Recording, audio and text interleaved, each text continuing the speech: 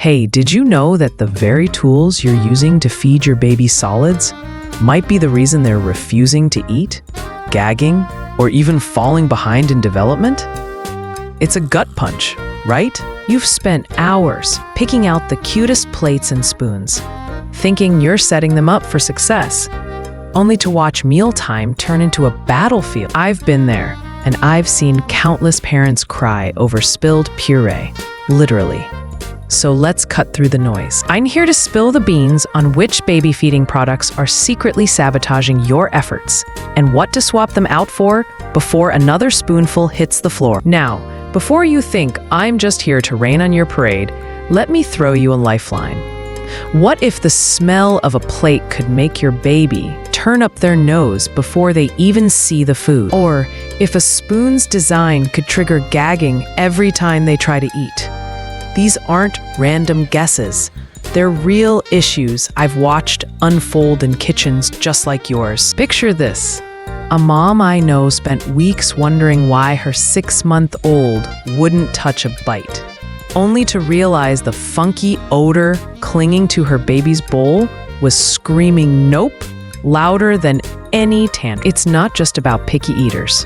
It's about tools working against biology. Let's dive deeper into why these everyday items can mess with your baby's first food journey. And trust me, there's more to this than meets the eye. We're talking about plates that stink, literally, spoons that flop, cups that stall speech, and bibs that block more than just messes. Stick with me, because I've got the fixes that'll turn those tears into cheers. Let's start with the basics, because feeding a baby solids isn't just about mashing up some peas and hoping for the best. It's a critical stage where they're learning to eat, chew, swallow, and even talk, all at once. But here's the kicker. The wrong gear can derail this delicate process. Think of it like teaching a kid to ride a bike with flat tires. You're pedaling hard, but you're going nowhere. First up, plates and bowls. You've probably seen those trendy, unbreakable ones made of certain materials that promise easy cleaning. They're durable, sure, but after a few uses, they start holding on to smells like a grudge. Imagine serving fresh applesauce on a plate that reeks of last week's spaghetti. Your baby's nose picks that up before their mouth even gets close, and boom, meal rejected. Research shows babies rely heavily on smell to decide if food is safe or appealing. A 2018 study from the Journal of Pediatric Nutrition found that off-putting odors can reduce a child's willingness to try new foods by up to 40%. Now contrast that with something like bamboo. It doesn't trap odors, stays cool even with warm food, and often comes with suction bases that keep it glued to the tray. No flying bowls here. Plus, segmented designs mean juicy watermelon won't sog up dry crackers. A small detail that can make or break a meal for a texture-sensitive top. I've watched a little guy go from pushing his food away to gobbling it down once his mom swapped to a non-smelly, stable plate. It's not magic. It's just matching the tool to the tiny human using it. Next, let's talk spoons, because this tiny utensil can be a giant pain if it's not right. Babies are clumsy learners, smacking their faces more than their mouths at first. If the spoon bends too much, food flops off before it gets anywhere near their lips. I've seen a dad laugh through tears as his daughter's flexible spoon turned every bite into a game of where'd it go? Except no one was winning. Then there are spoons with wide or deep bowls. A wide one stretches a baby's small mouth, causing discomfort and sometimes triggering their gag reflex, which sits forward on their tongue at this age. Deep bowls, they make it hard for babies to master lip closure, that crucial skill of sealing their lips to clear food off. Overload it, and you've got gagging or frustration. A 2020 report from the American Speech, Language, Hearing Association notes that improper spoon design can slow oral motor skill development by months. The fix is simple. Go for sturdy, narrow, shallow bowl spoons. They fit tiny mouths, let lips close naturally, and some even have color-changing tips to warn if food's too hot. I've handed these to parents who swore their kid would never self-feed, only to see those little hands scoop and succeed within days. It's about giving them a tool they can actually use, not fight. Cups are another minefield. You might have grabbed a spill-proof option with a spout, thinking it's the perfect bridge from bottle to cup. I get it. Less mess sounds like heaven. But here's the harsh truth. That spout forces a sucking motion that keeps your baby's swallowing pattern stuck in infant mode.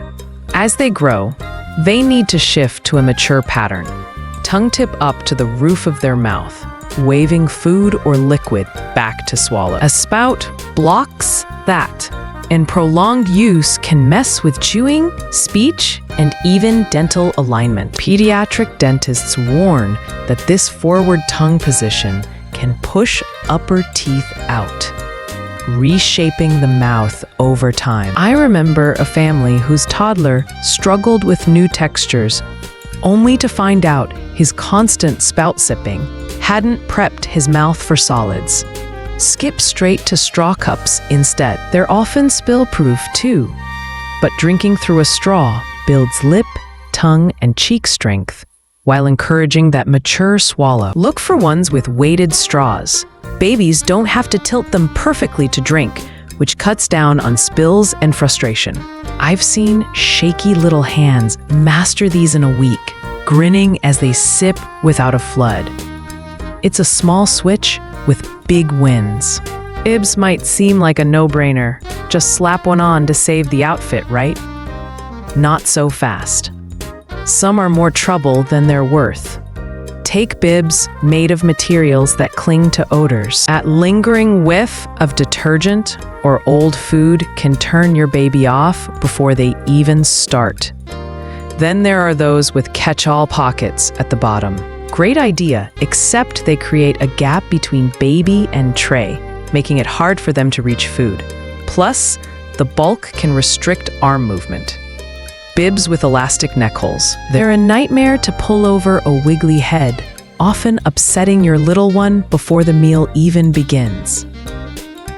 And oversized smock-style ones can block their view of the food or tangle up their arms. I've watched a sweet 6-month-old get so frustrated by a giant bib she couldn't see her peas, turning a happy meal into a meltdown.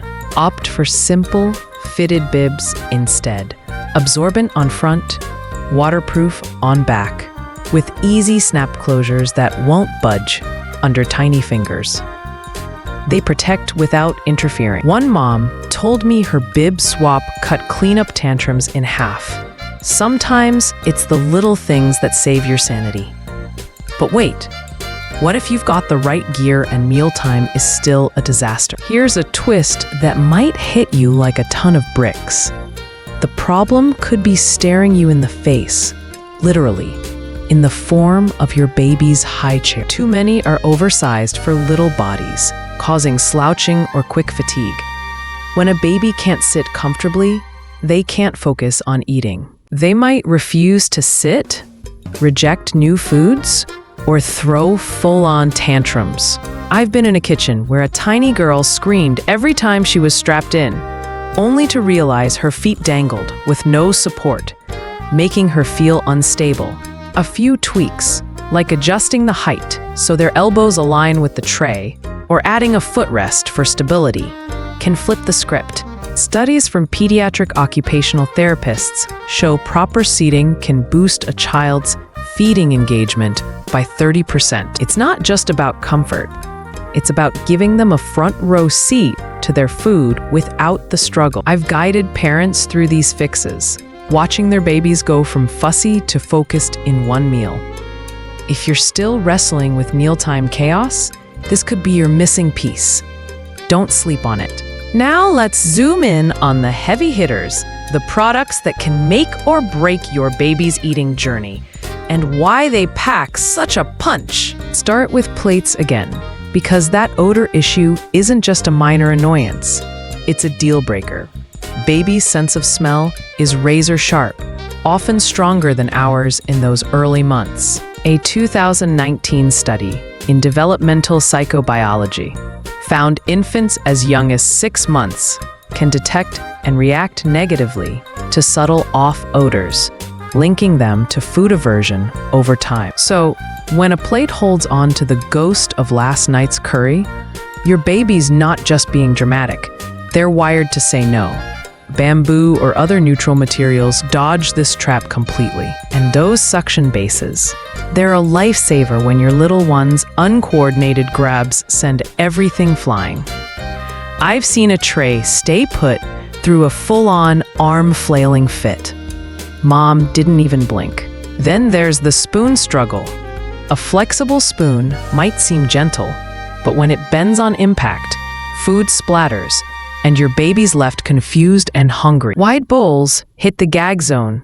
Think of a spoon so big, it scrapes the sides of their mouth, triggering a reflex that's already hypersensitive. Deep bowls pile on too much food, overwhelming their ability to manage it. Compare that to a narrow, shallow, sturdy spoon. It's like handing them a key instead of a puzzle. They get it in, clear the food, and build confidence. Cups with spouts are the sneakiest saboteurs. That sucking motion locks their tongue in a forward, immature pattern. Speech therapists flag this as a red alert for delays. By age 2, kids stuck on spouts might struggle with sounds like T or D because their tongue hasn't learned to lift properly. Straw cups, especially weighted ones, train the right muscles. I've watched a shaky 7-month-old sip successfully on day 1, no tilting needed, while mom cheered like it was a Super Bowl win. Bibs, too, aren't just fabric. A bulky pocket or oversized smock turns reaching for food into an obstacle course. One baby I saw kept batting at his bib instead of his broccoli, totally distracted by the flapping material. Simple, snug bibs with snap closures keep the focus on eating, not fighting gear. And high chairs? Oh, don't get me started. If their feet dangle or their back slumps, they're not just uncomfortable, they're disengaged. A 2021 study in the Journal of Pediatric Occupational Therapy showed unsupported seating can cut mealtime duration by half due to fatigue. Adjusting for proper posture, feet supported, tray at elbow height, can turn a 5-minute battle into a 20-minute feast. I've tweaked chairs for families and seen babies who wouldn't sit still suddenly explore every bite on their plate. These aren't just tools. They're the foundation of how your baby learns to love food. Miss this, and you're fighting an uphill battle no puree can fix. All right, let's lighten the mood for a sec, because I know mealtime can feel like a war zone, and sometimes you just gotta laugh to keep from crying. Here's a little challenge for you. Go grab one of those plates or bibs made of that material I mentioned, the one that holds on to smells like a clingy ex. Give it a good sniff. Go on, I'll wait. What do you smell? Last month's tomato sauce? A hint of sour milk from 3 washes ago? I've done this myself after a long day of mashed carrots. And let me tell you, I nearly gagged before my baby did. It's like the plate's got a memory longer than mine, and not the good kind. I remember showing this trick to a group of tired parents at a workshop, and the room erupted in laughter as one dad shouted, "Mine smells like a diaper." We were all rolling, but it hit home. Our babies are smelling this junk too, and they're not laughing. It's a tiny, stinky wake-up call that made us rethink every piece of gear on the table. So take a whiff and see if your kitchen's hiding a secret saboteur. It's gross, it's real, and honestly, it's a bit funny how something so small can cause such big chaos. I've swapped out every smelly item since, and let me tell you, the difference, is night and day. No more wrinkled noses at the high chair. Just curious little mouths ready to dive in. It's these quirky, messy moments that remind us parenting isn't perfect, but we can still outsmart a sneaky plate. And hey, if you've got a funny smell story, I'm all ears. Those shared giggles are what keep us going through the puree splatters and spoon flings. So, here's the bottom line. The tools you use to feed your baby can make or break their journey with solids. Ditch the plates that stink, spoons that flop, cups that stall their skills, bibs that block their reach, and chairs that don't fit their tiny frames. Swap in gear that works with their biology. Bamboo plates with suction, narrow spoons with safety tips, straw cups for strength, simple snap bibs, and a high chair tweaked for comfort. These aren't just purchases. They're investments in happier meals and healthier growth. I've seen the meltdowns turn to milestones with these changes, and I know you can too. If you found this helpful and want more tips to make parenting a little less chaotic, remember to like, subscribe, and hit that notification bell. These are the boosts that keep me sharing. And hey, I'd love to hear from you. What's one feeding product you've struggled with most? Or one swap that saved your sanity? Drop it in the comments. I'm reading every single one.